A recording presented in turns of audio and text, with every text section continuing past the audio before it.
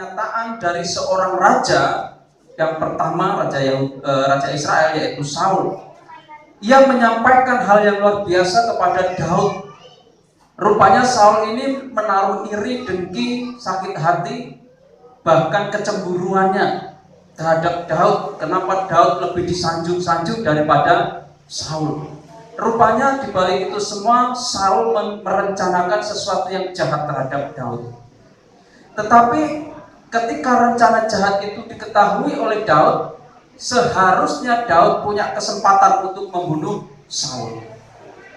Tetapi Daud tidak melakukan. Kenapa? Karena Daud adalah seorang yang takut akan Allah. Dia tidak membunuh, dia hanya merobek jubahnya. Sebagai bukti, aku telah menang atasnya. Prinsip itu akhirnya juga diadopsi oleh Yusuf. Bukan perbuatan jahat, tetapi satu peristiwa yang tidak menyukakan hatinya.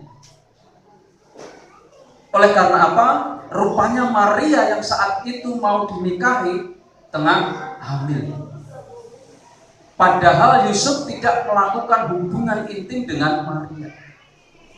Mungkin secara manusiawi kecewa, tetapi ada satu hal yang luar biasa di sini. Yusuf akhirnya menerima Maria.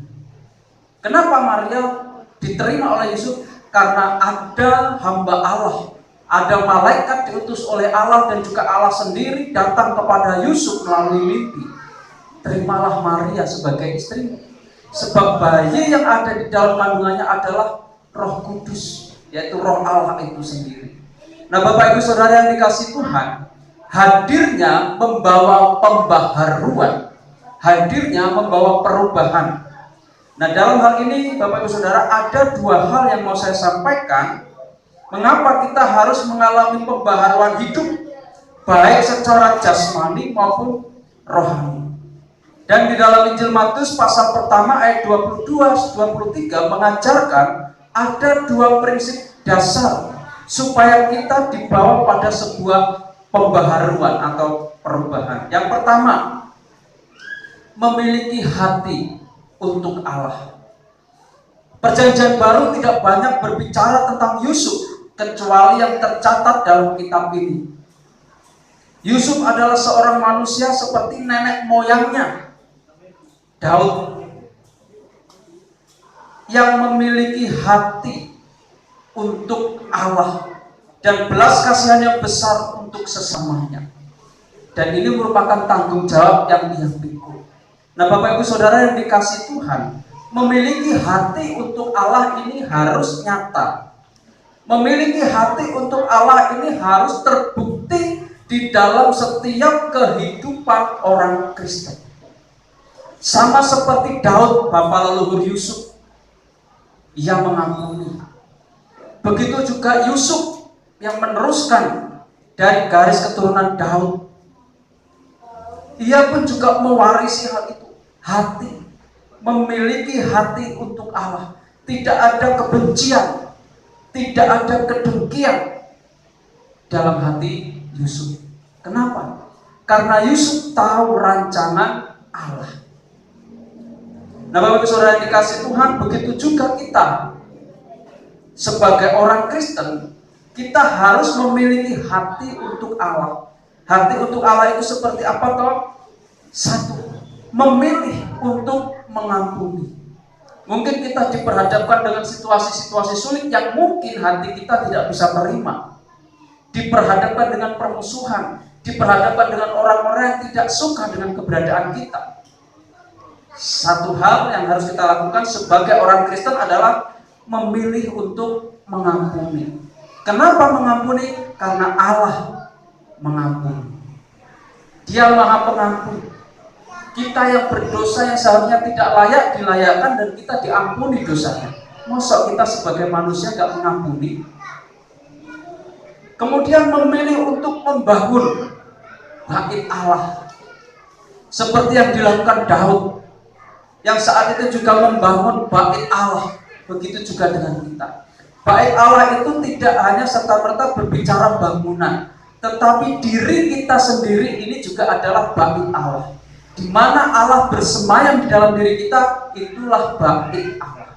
Kalau Allah ada dalam diri kita, berarti kita adalah bait Allah. Lalu apa yang harus kita bangun? Drama tadi sudah mewakilinya, Bapak Ibu Saudara. Kita harus membangun relasi, membangun hubungan yang baik dengan Allah.